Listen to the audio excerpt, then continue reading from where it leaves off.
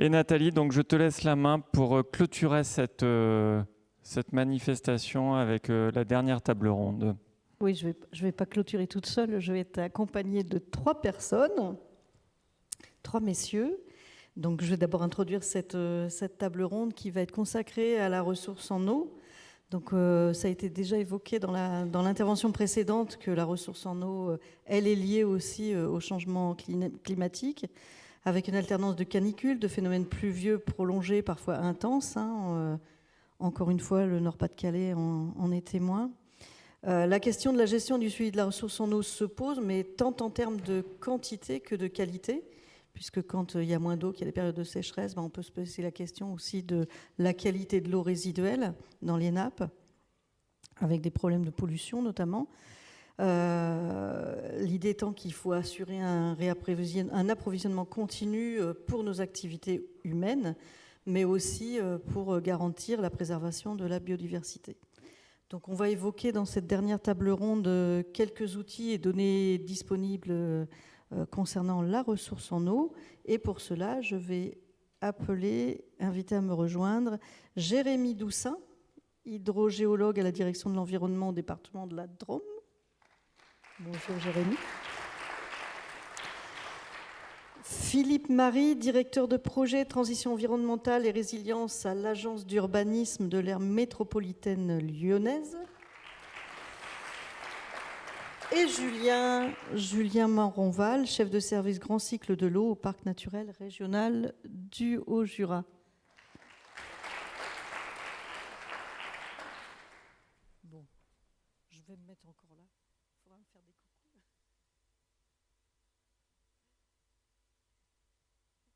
Donc on va commencer sans tarder, et puis maintenant vous avez l'habitude, c'est la 4e, donc je commence par un petit tour de table des intervenants pour qu'ils nous expliquent un peu leur projet. Je vais peut-être commencer par Julien. Au PNR du Haut-Jura, vous avez développé l'outil GeoRivière, et pourquoi cette démarche au niveau d'un PNR, et comment l'avez-vous mise en œuvre ? Oui, alors bonjour, presque même bonsoir à toutes et à tous. Donc au PNR du Haut-Jura, on est l'un des 5 ou 6 PNR de France à porter la compétence GEMAPI. C'est relativement rare, on est quelques-uns. On travaille sur la question des rivières depuis le milieu des années 90, mais évidemment tout s'est accéléré et tout s'est structuré en 2018, avec évidemment la prise de compétences, vous savez ça aussi bien que moi. Et on s'est dit, est-ce que ce ne serait pas l'occasion en fait d'avoir un outil qui nous permette de gérer, de suivre nos cours d'eau sur notre territoire. Donc, et c'est comme ça qu'est née en fait l'idée. Alors, pas tout à fait comme ça, parce qu'elle est née sur la base d'un outil déjà existant qui s'appelle GeoTrek, que vous connaissez peut-être pour certaines ou certains d'entre vous. Et la réflexion, ça a été de se dire, informatiquement, je dis bien informatiquement, finalement, un bout de sentier de randonnée, c'est pas si différent que ça qu'un tronçon de cours d'eau. Et partant de ce constat-là, on s'est dit, bah ouais, ça peut valoir le coup en fait de créer un outil. Alors tout d'abord, parce que finalement GeoRivière, il y en a 2, mais un outil métier, un outil de gestion en fait quotidien de nos cours d'eau, dans lequel finalement on peut à la fois l'utiliser pour recueillir de la donnée sur nos cours d'eau, des choses toutes bêtes, on calcule des distances à la source, on calcule des pentes automatiquement, etc. Mais aussi, tout ce qu'il y a sur GeoRivière est relié avec nos serveurs. Et si par exemple, à un moment donné, j'ai envie de savoir sur tel tronçon de cours d'eau, qu'est-ce qu'il y a eu comme étude depuis qu'on a renseigné depuis qu'on a versé les études dans l'outil, c'est possible, c'est accessible. Donc ça, c'était le point de départ. C'est un outil qu'on a voulu développer en open source, de sorte à ce que toutes les autres structures qui portent la GEMAPI en France puissent récupérer le code et se l'approprier et le mettre en œuvre. Et voilà, deuxième étage de la fusée, j'en parle très, très brièvement, mais on a aussi créé un outil grand public. L'idée, c'est de se dire, on a pour ça bénéficié, en fait, on a pu répondre à un appel à projet eau et participation citoyenne de l'Agence de l'Euro-Méditerranée Corse, et de se dire, peut-être que les citoyens, ils ont envie d'avoir accès, en fait, à des infos sur la rivière qui coule en bas de chez eux, ou auprès de laquelle ils ont envie d'aller se promener. Peut-être qu'ils ont aussi envie de nous remonter des infos. Donc tout ça, en fait, c'est des outils qu'on a développés et qui nous aident dans notre gestion en fait, quotidienne de nos rivières. Merci Julien. Alors là, il était question plutôt des eaux de surface. Et donc, je vais passer la parole à Jérémy pour traiter plutôt des eaux souterraines, puisque c'est au Conseil départemental de la Drôme, vous disposez d'un observatoire spécifique sur ce domaine. Donc, depuis quand et comment a-t-il été mis en place ? Bonjour à tous, tout d'abord. Alors oui, effectivement, au département de la Drôme, on dispose d'un observatoire eau souterraine. Alors quantité, c'est-à-dire qu'on ne regarde que les niveaux d'eau et les débits des sources depuis une petite quinzaine d'années. Donc cet observatoire est déployé sur 30 points de mesure sur tout le département de la Drôme, où, comme je vous l'ai dit, on vient soit mesurer le niveau des nappes dans des forages ou des puits ou des piézomètres, des petits forages réalisés spécialement pour mesurer le niveau d'eau, ou bien on mesure le niveau et le débit de sources captées pour l'eau potable. Alors le réseau s'est développé sur ces 15 dernières années et l'intérêt c'était d'utiliser des ouvrages existants pour des raisons financières bien évidemment, et donc ces ouvrages sont équipés de capteurs de mesures automatiques qui transmettent quasi en temps réel les données enregistrées sur des serveurs. Et tout ça est disponible du coup sur un site internet, la base nationale d'accès aux eaux souterraines, sur lesquelles on peut retrouver toutes les données enregistrées sur ces 30 points de mesure et sur tous les autres points de mesure de la France. Et donc c'est ce réseau-là, donc en plus d'avoir un intérêt pour la connaissance des eaux souterraines et leur fonctionnement, nous sert aussi, notamment en période estivale, à la prise de décision au niveau des arrêtés sécheresse. Voilà, ça, c'est des données qui sont fournies à l'État pour la prise d'arrêté par le préfet du département. Merci. Les données sont accessibles au grand public aussi ? Alors, elles sont accessibles, les données brutes sont accessibles au grand public via ce site internet qui recense toutes les données. En revanche, là vous voyez, vous avez une carte qui s'affiche sur l'écran où on voit ce réseau de mesures-là avec une valorisation qui en est faite. Malheureusement, pour le moment, ces données-là ne sont pas encore accessibles au grand public. Elles sont diffusées aux initiés, on va dire. Mais c'est vrai que ce serait intéressant, on y travaille, à développer justement un outil qui permette au grand public d'accéder à ces données-là. Sinon, ce qu'on peut retrouver donc sur ce fameux site internet, ce sont les données brutes. On peut sortir éventuellement quelques graphiques, mais comme ça a déjà été dit dans la journée, une carte, c'est quand même beaucoup plus parlant qu'un tableau de valeurs. Merci Jérémy. Alors du coup, je vais passer la parole à Philippe. Quand on pense ressources en eau, pour le coup, que ce soit les eaux de surface ou les eaux souterraines, il faut qu'on s'interroge aussi sur l'artificialisation des sols. Donc on va un peu boucler la boucle avec la première table ronde. Finalement, on va reparler du ZAN un petit peu, en fait, et de l'impact que ça peut avoir, mais là, du coup, sur la ressource en eau, comment elle s'infiltre dans les sols, comment l'imperméabilisation impacte à la fois le débit des cours d'eau, le ruissellement, les risques d'inondation, etc. Le rechargement des nappes aussi, avec des risques de pénurie d'une part ou de mauvaise qualité de l'eau d'autre part. Donc à Urbalion, vous avez mis en place un suivi de l'artificialisation des sols. Est-ce que vous pouvez nous décrire comment ça se passe ? Oui, bonsoir à tous. En effet, je rebondis sur ce que dit mon voisin. Rien ne vaut une bonne carte pour travailler sur ces questions-là. Et cette carte, on l'établit pour l'Est lyonnais. On est sur un territoire, effectivement, de ressources en eau, de nappes phréatiques tout à fait stratégiques, tout à fait majeures pour l'agglomération lyonnaise, qui aujourd'hui n'alimente pas en eau potable l'agglomération, les 1 400 000 habitants de l'agglomération lyonnaise, mais qui constitue une ressource pour les communes de l'Est lyonnais et puis une ressource fondamentale s'il y avait un accident sur le site de captage, ce serait la ressource de secours. Aujourd'hui, elle est considérablement perturbée, je dirais, par l'évolution de l'artificialisation et l'extension de l'agglomération lyonnaise qui, historiquement, tend vers l'Est. Et c'est ici qu'on retrouve la plateforme aéroportuaire, qu'on retrouve les implantations logistiques, etc. Et en dessous, il y a des couloirs de nappe. Et l'agence d'urbanisme propose au Conseil général, qui porte le schéma d'aménagement et de gestion des eaux de l'Est lyonnais, une mesure assez précise des formes et des valeurs d'artificialisation des sols depuis une quinzaine d'années. Le service géomatique de l'agence d'urbanisme de Lyon, ce travail est mené par mon collègue qui est dans la salle, Marc Lofer, et puis par Carolina Bello, a été présenté très récemment, là, en décembre. On est allé montrer aux élus que depuis 15 ans, on avait changé d'outillage. Là, on utilise un outil qu'on a développé d'ailleurs et qu'on continue de développer avec le CREG, qui s'appelle le MOS, qui permet en un certain nombre de nomenclatures de décrire l'extension des zones d'activité, des zones urbaines, d'habitat, les grands équipements, très importants sur ce secteur Est, les dents creuses urbaines, très importants dans la logique du ZAN, et puis tout ce qui est en mutation. Il y a énormément de carrières dans ce secteur-là, au-dessus des nappes aussi. Et puis, bien sûr, les espaces naturels et agricoles qui restent la meilleure sécurité, au moins pour les espaces naturels, mais ils sont peu nombreux sur ce secteur-là. Il y a aussi des pressions agricoles très fortes. On est sur la plaine céréalière de l'Est lyonnais, et donc on a un certain nombre de pollutions agricoles.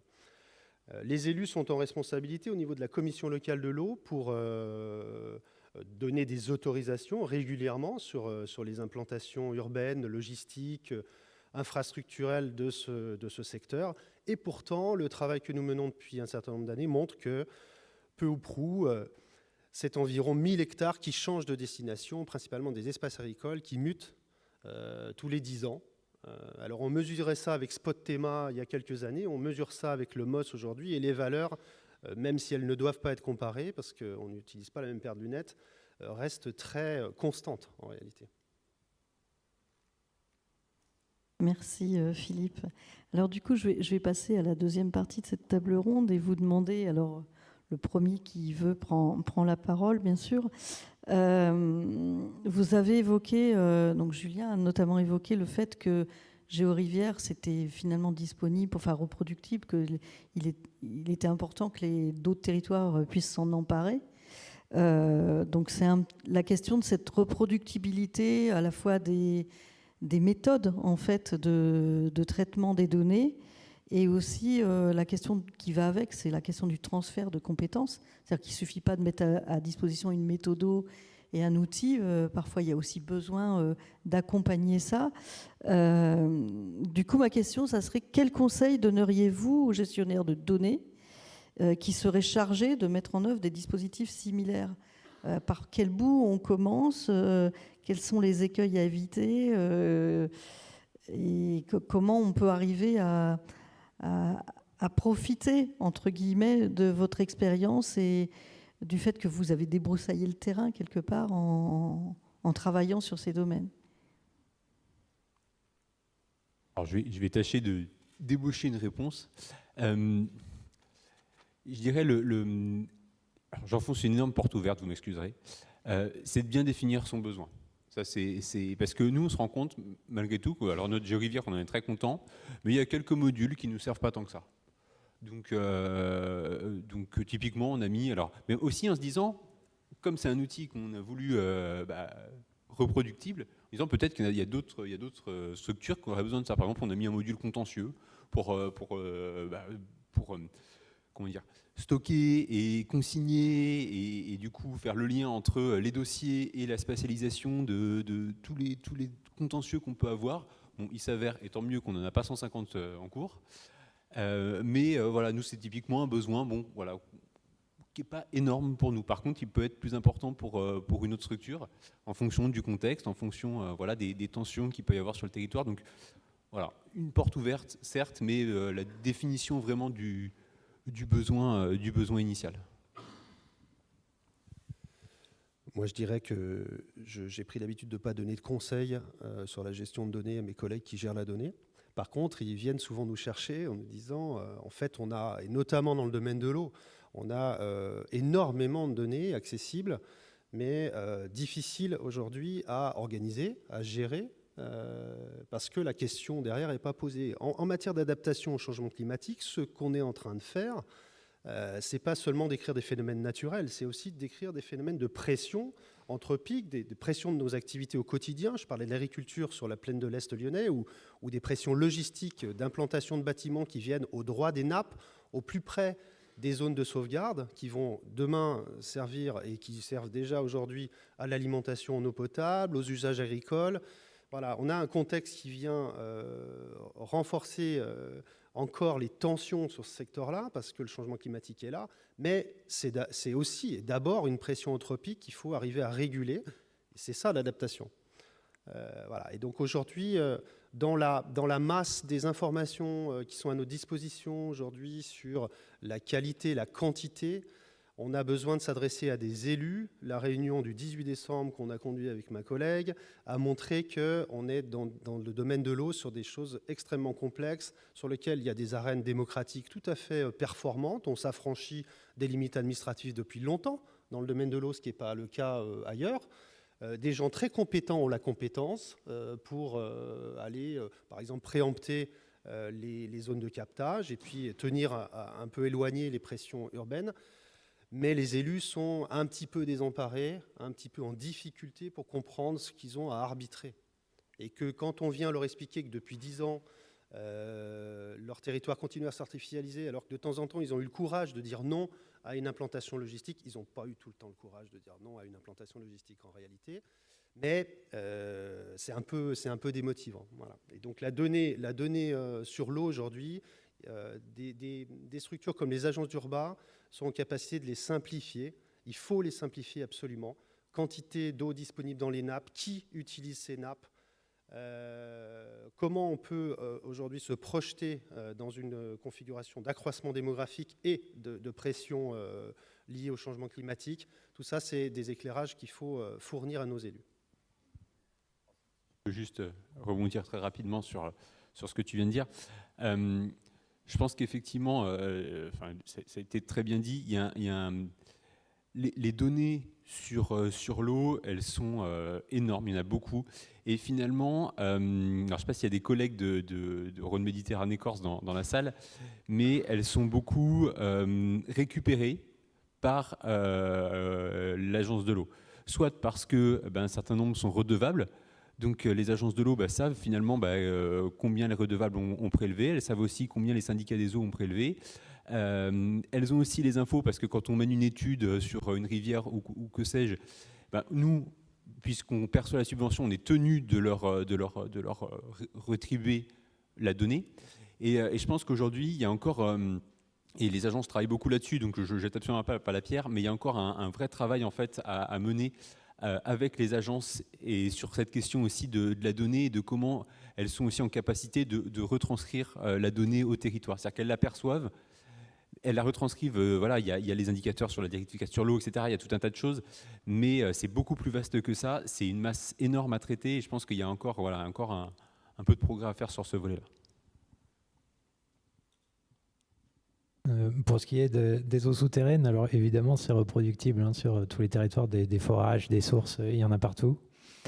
Et si j'avais un conseil à donner, ça serait en fait de se lancer sans tarder. Parce que pour pouvoir valoriser cette donnée, il faut quand même avoir une chronique assez importante de données. Nous, je vois sur notre observatoire.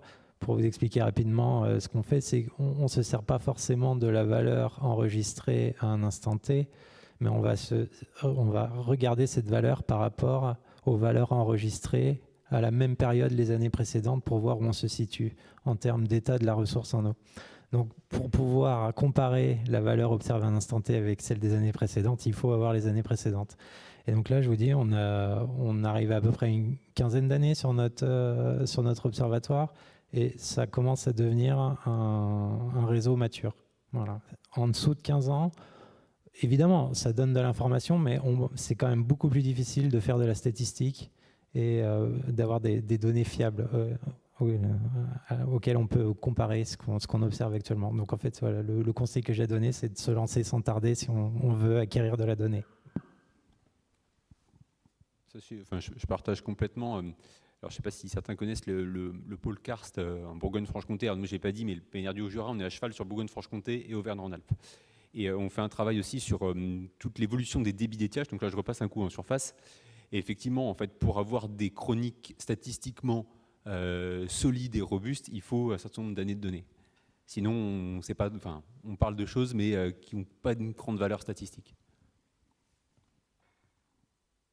Alors, je vais revenir sur quelque chose que vous avez abordé tout à l'heure. Alors, Philippe a parlé de la pression anthropique, de la difficulté des élus parfois à refuser un projet pour le bien commun, j'ai envie de dire, parce que le projet en question, parfois, il sert aussi le bien commun. Donc, c'est des arbitrages qui ne sont pas forcément faciles.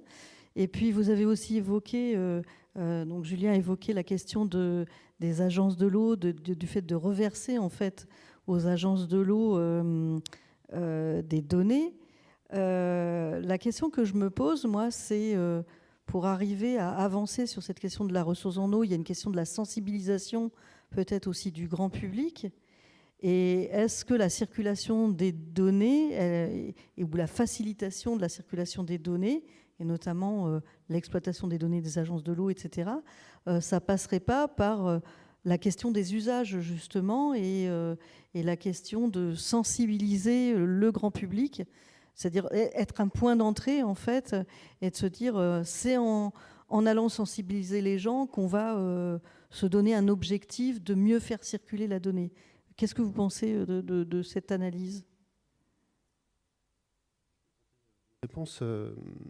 Une réponse qui est faite à l'échelle de la métropole de Lyon, qui nous sollicite depuis plusieurs années sur la constitution d'un observatoire métropolitain des transitions et de la résilience, qui met en visibilité sur le site de l'agence, sous forme d'un géoclip, des données liées aux transitions environnementales. Ces données, elles sont très accessibles, très facilement. C'est plutôt des techniciens qui les sollicitent, mais en réalité, nous, on les utilise pour construire des panneaux transition, des choses qui sont tout à fait de l'ordre de la communication grand public. Parce qu'elles ne sont pas faciles à aborder, ces questions de transition environnementale, en réalité. Pour s'en saisir, quand vous êtes élu local, quand vous devez effectivement faire venir de l'emploi, quand la conception que vous avez de votre mission de maire, c'est celle d'un maire aménageur, il faut qu'on développe une autre corde à l'arc des élus locaux. C'est-à-dire que la valorisation et la protection des ressources en eau, ça doit être quelque chose qu'on doit pouvoir valoriser politiquement. Ce n'est pas le développement ou la protection de la ressource contre le développement. C'est tout ça en même temps. C'est ça qu'on va devoir faire dans les années à venir. Donc l'élu local, il doit être en capacité de construire un récit, un discours simple, vraiment venant du cœur, quoi, comme le reste du discours politique, en disant cette eau-là, je ne peux pas la sacrifier pour les générations futures. Voilà. Et donc on doit adapter notre développement à la transmission de cette ressource-là. Ça, il faut effectivement que les données soient extrêmement simplifiées, extrêmement simples. Les Météo France y arrivent très bien. On voit des choses aujourd'hui qui nous permettent de comprendre où sont les enjeux. La régie de l'eau, le haut public du Grand Lyon, qui vient d'être opérationnel, vient d'adhérer à l'agence d'urbanisme de Lyon pour qu'on travaille sur le droit à l'eau pour tous, qui est inscrit aujourd'hui dans la loi. Mais concrètement, ça veut dire un point d'eau pour toutes les places publiques qui accueillent des réfugiés aujourd'hui dans l'agglomération. Ça veut dire une meilleure combinaison de nos stratégies d'aménagement des espaces publics, les voies cyclables, les voies piétonnes, etc., avec les bornes fontaines qui sont de compétence communale. Bref, vous voyez que c'est aujourd'hui la question de l'eau qui vient se rapprocher vraiment des préoccupations très basiques des citoyens, et c'est comme ça qu'il faut l'aborder. Effectivement, pour poursuivre sur cette question de l'association des citoyens, nous, c'est notamment pour ça qu'on s'est lancé sur cet outil GeoRivière Grand Public, c'est qu'on part un peu du principe que le citoyen, on sensibilise mieux le citoyen si on le rend acteur. Et s'il peut justement contribuer et être acteur. Donc nous, on a voulu le faire à l'échelle de notre périmètre GEMAPI au sein du syndicat mixte du PNR du Haut-Jura. Mais il y a 2 outils qui existent. Je ne sais pas si vous connaissez Enquête d'eau, par exemple. Enquête d'eau, c'est un outil national, qui est, si je ne dis pas de bêtises, qui est géré par l'Office français de la biodiversité et qui sert un peu d'observatoire sécheresse. Et typiquement, l'outil est très simple, c'est-à-dire que n'importe qui peut aller rentrer de l'information sur le cours d'eau en bas de chez lui. Il va dire, moi, telle date, le cours d'eau, il est à sec. Il y a un écoulement faible, il y a un écoulement moyen, il y a un écoulement fort. Et ça, c'est aussi une façon, et je pense qu'il y a aussi d'autres outils, mais le citoyen soit acteur. Alors, la difficulté, c'est que tout ça doit être animé. Parce que si c'est juste un site internet qui traîne dans un coin et qu'il n'est pas animé, ça a beau être une très bonne idée, le citoyen, derrière, il ne va pas en avoir connaissance, donc il ne va pas aller voir ce qui s'y passe. Et typiquement, Enquête d'eau, du côté, notamment, je parle pour le... Alors, je sors de la région, vous m'en excuserez, mais je parle pour le département du Jura et les cellules sécheresse. C'est un outil qui est utilisé dans le processus de la décision pour le déclenchement des seuils de crise d'alerte renforcée dans le cadre des cellules sécheresse. Donc, en fait, la participation du citoyen, elle a même un rôle sur la décision ensuite préfectorale, quoi. Alors, dans la Drôme, vous avez ce qu'on a vu tout à l'heure, c'est que vous avez une interface. Il y a quand même des données qui sont disponibles sur le serveur, qui sont accessibles à tous aussi, mais pour l'instant, pas forcément faciles à interpréter. Oui, voilà, c'est ça. C'est que les données sont publiques, accessibles à tous, mais il faut être un peu connaisseur quand même pour s'y retrouver déjà sur ce site internet et puis savoir les interpréter. Et effectivement, c'est très juste ce que vous dites. Il faut absolument qu'on arrive à partager cette donnée au grand public pour les sensibiliser au maximum sur ces questions de ressources en eau. Et là, je vais parler pour ce que je connais, d'autant plus pour les eaux souterraines, puisque ça reste quelque chose encore très mystérieux. On ne les voit pas. Ça n'a rien à voir avec une rivière qu'on voit couler sous nos yeux. Les eaux souterraines, il y a plein d'idées reçues sur les eaux souterraines. Et on a besoin d'expliquer. Et donc, oui, alors, on se sert évidemment des données qu'on récolte pour communiquer. Au niveau le département de la Drôme porte aussi un schéma d'aménagement et de gestion des eaux sur un tiers de son territoire. Et donc, dans le cadre de ce programme, ça nous permet aussi de communiquer auprès des élus et du grand public. Et on accélère de plus en plus cette communication. Il y en a vraiment besoin. Alors, Julien a souligné la nécessité d'avoir de l'animation, en fait, et pas seulement des outils mis à disposition. Pour vous, quel est le bon échelon territorial ? Et là, je ne parle pas forcément de l'échelon institutionnel. Je pense plutôt à l'échelon territorial qui correspond à la gestion de la ressource en eau. Est-ce que c'est l'échelle d'un bassin versant, par exemple ? Est-ce que c'est d'un bassin ou d'un sous-bassin versant ? Parce qu'en fait, les agences de l'eau, elles sont aussi construites sur des bassins versants, mais des gros bassins versants.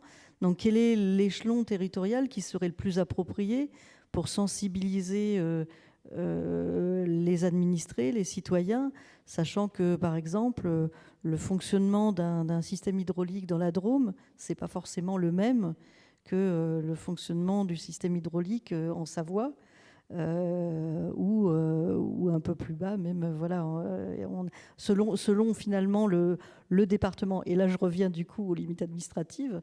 Selon le département, on n'a pas forcément le même type d'écoulement de système hydraulique et de gestion de l'eau, en fait. Donc, pour vous, ça serait quoi, en fait, cet échelon ? Une région comme la nôtre, Auvergne-Rhône-Alpes, n'est pas la bonne échelle, ça c'est certain.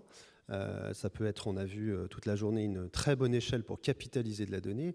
Une fois qu'on s'adresse aux citoyens, une fois qu'on s'adresse aux élus locaux, évidemment, on redescend à des échelles plus basses. Aujourd'hui, les chercheurs s'intéressent beaucoup à la biorégion. La biorégion, c'est celle qui, effectivement, nous armerait le mieux vis-à-vis des questions d'adaptation au changement climatique, elle est très appuyée sur la géographie des bassins versants. La région Auvergne-Rhône-Alpes, ça fait plaisir de dire ça ici, c'est un peu peut-être risqué, c'est au moins 4 ou 5 régions, on est d'accord, à la fois en tant que territoire de vie et en tant que fonctionnement biogéographique. Mais finalement, c'est quand même pas trop mal foutu. Aujourd'hui, l'administration de l'eau en France, là où il y a des sages, en tout cas, je trouve que c'est vraiment périmétré exactement. D'ailleurs, c'est des périmètres qui bougent, qui se mettent un peu au bon périmètre d'action publique locale. Il n'y a pas beaucoup d'autres questions environnementales qui sont traitées à ce bon périmètre-là, hein. Jérémy ? Oui, je suis d'accord avec ce qui a été dit. Vraiment, enfin, la bonne échelle pour communiquer auprès de la population, et ça reste le sous-bassin versant, enfin, voilà, où les gens reconnaissent leur territoire, comprennent de quoi on parle. Voilà, c'est l'eau qu'ils voient s'écouler sous leurs yeux. Ça fonctionne très bien, ça, pour communiquer. Et donc, ça pourrait être porté par les sages. Oui, bah, tout à fait. Dans notre cas, dans le cadre d'une animation particulière portée voilà. En direction du grand public. Quand il y a un sage sur le territoire, c'est le très bon interlocuteur pour s'occuper de ça. Oui. Oui, moi, je partage complètement ce qui a été dit. Alors, à savoir qu'effectivement, c'est ce qui vient d'être dit aussi, il n'y a pas des sages partout, malheureusement. Alors même si il y a quand même des dispositifs qui s'en rapprochent de plus en plus. On voit les programmes territorialisés pour la gestion de l'eau éclore un petit peu à droite à gauche, même dans les secteurs où il n'y a pas forcément de sages. Mais effectivement, c'est la bonne échelle, c'est ce qui parle aux gens. Enfin, moi, quand je suis sur ma tête de bassin versant du Rhône, et quand je commence à dire aux gens, l'agence de l'eau qui a sorti une étude qui est très qualitative sur le débit du Rhône, mais en fait, ça leur parle pas tant que ça, parce que pour eux, le Rhône, c'est énorme, et eux, la rivière qui coule en bas de chez eux, si elle fait 10 mètres de large, c'est déjà pas mal, quoi. Ok, alors je vois que le temps avance. On passe aux questions. Oui, questions. Est-ce qu'il y a des questions dans la salle ou des remarques? Parce qu'on n'a pas forcément toujours des questions. Parfois, on a envie d'ajouter aussi, parce qu'on a des compétences dans un domaine ou des avis. Est-ce qu'il y a des gens qui veulent prendre la parole? Allez-y. Bonjour, Carolina Bello, collègue de Philippe Marie. Je voulais ajouter, pour la question que vous venez de poser par rapport à l'échelle, quelle est la bonne échelle? D'ailleurs, merci pour la question, parce que c'est une question clé, notamment au sujet thématique eau, parce que oui, quand on veut expliquer les gens dans des contextes des communes, pour les élus qui sont impliqués sur des projets très territorialisés, les sages ou les contrats de milieu sont des bonnes échelles pour répondre. Et d'ailleurs, on a beaucoup de données à cette échelle parce qu'il y a quelqu'un qui étudie leur territoire, donc dans leur échelle. Mais quand on rentre dans son contexte des changements climatiques et on rentre dans une future éventuellement pénurie d'eau, il faut aussi connaître ce qui se passe dans les territoires voisins pour tenir en compte les futures solidarités à mon aval, ouest-est, et établir des connexions. Donc peut-être c'est plus technique que des communications grand public, mais il ne faut pas oublier les grandes échelles, parce que l'eau, il n'a pas de limites administratives, et savoir ce qui se passe ailleurs pour prévenir ou anticiper des futurs problèmes, notamment de la ressource en eau, souterraine ou en surface. Merci. Est-ce qu'il y a d'autres interventions? Vous êtes tous fatigués? La journée a été dense. Super. Bon, je crois que je vais repasser la parole au maître du temps. Merci à vous. Merci. Même si on est fatigué, on peut les applaudir quand même.